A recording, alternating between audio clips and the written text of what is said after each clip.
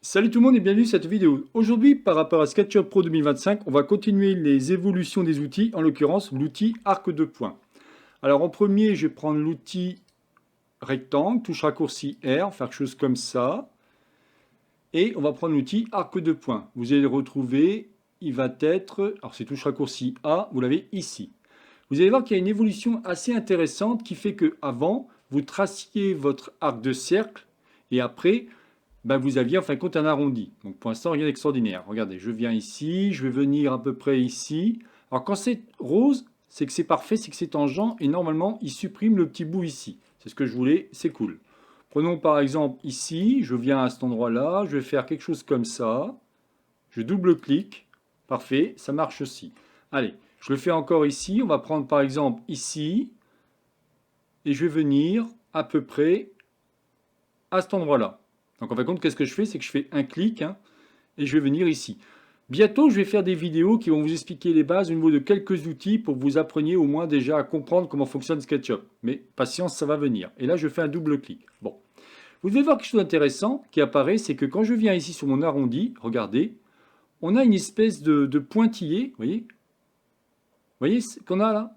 On a un petit pointillé rouge qui vous indique que, en fin de compte, qu'est-ce qu'on peut faire? Eh bien, on peut tout simplement, en double-cliquant dessus, vous revenez à la position d'avant. Ça, c'est vraiment génial. Donc, si je fais un CTRL Z, ça, c'est excellent. Ça veut dire que maintenant, si pour X raison vous êtes trompé, eh bien, vous pouvez revenir dessus. Regardez, on peut faire un double-clic ici, automatiquement, il va me créer le même arrondi que j'avais précédemment.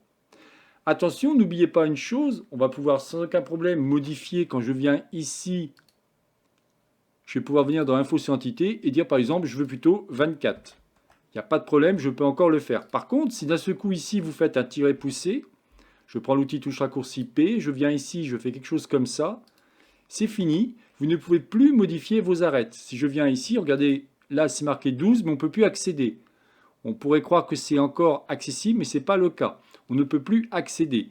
On va pouvoir par contre faire un double clic si on veut modifier, pourquoi pas ici, le rayon. Vous voyez ici c'est marqué 0,20.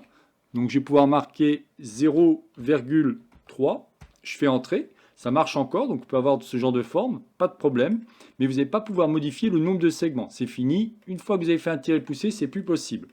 Donc ce qui est vraiment génial avec cet outil, c'est que, ça j'avoue que c'est vraiment sympa, c'est que d'une part avant vous aviez donc l'outil arc de cercle, touche raccourci A, vous voyez que lui il me donne directement ça parce qu'il garde le précédent arrondi que j'ai fait au niveau de l'arc de cercle, mais si je fais un autre, je vais venir ici, je vais faire quelque chose comme ça. Toujours rose, hein, quand c'est rose, au moins vous êtes sûr d'avoir quelque chose de propre. Et si je fais un double clic, vous voyez qu'automatiquement il m'a supprimé. Alors ce qui est génial, c'est que je peux automatiquement recréer en cliquant directement ici. Vous voyez, juste, je vous montre à chaque fois avec la flèche, en cliquant sur les deux segments qui se rejoignent, on peut faire ça.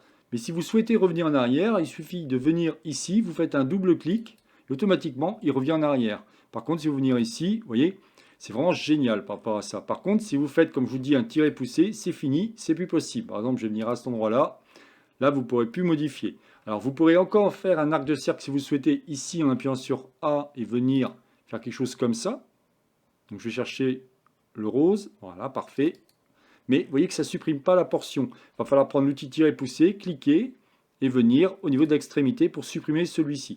Il y a évidemment toujours des possibilités, hein, mais il n'empêche que je trouvais intéressant de vous montrer cette nouvelle fonction par rapport à l'outil arc de poing.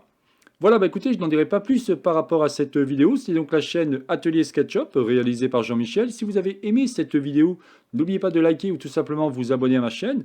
N'hésitez pas à me poser des questions si vous voulez en savoir plus sur les logiciels SketchUp, Layout ou Twinmotion.